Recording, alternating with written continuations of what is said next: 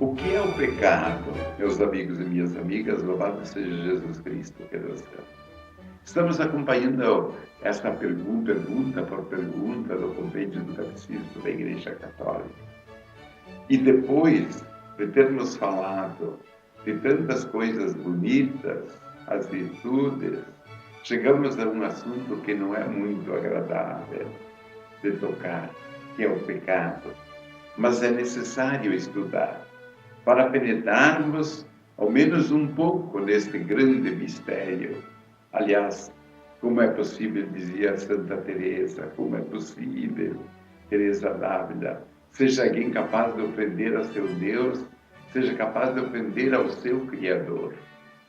E a pergunta 392 do Compêndio do Catecismo da Igreja Católica, ele trata da seguinte questão: o que é o pecado? E é uma pergunta direta: o que é o pecado? E começo respondendo é uma palavra, é um ato, um desejo contrários à lei de Deus, à lei eterna. Esta é uma frase de um livro de Santo Agostinho. É uma palavra, um ato, um desejo contrários à lei eterna, isso que é o pecado.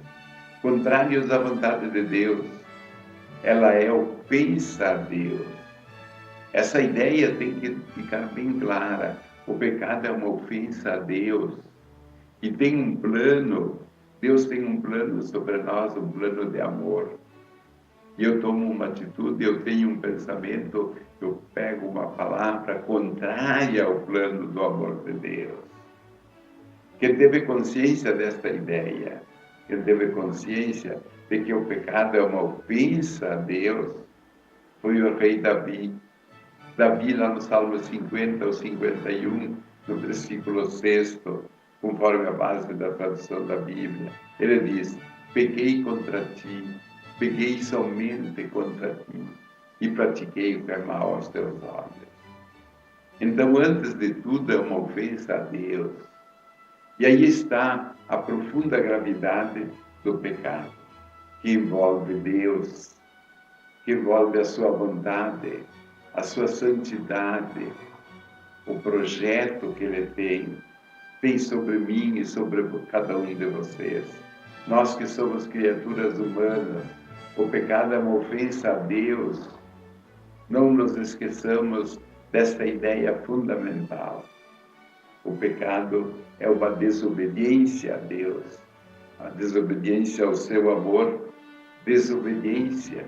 E se nós tivermos consciência do que significa agir contra a vontade de Deus, jamais pecaríamos.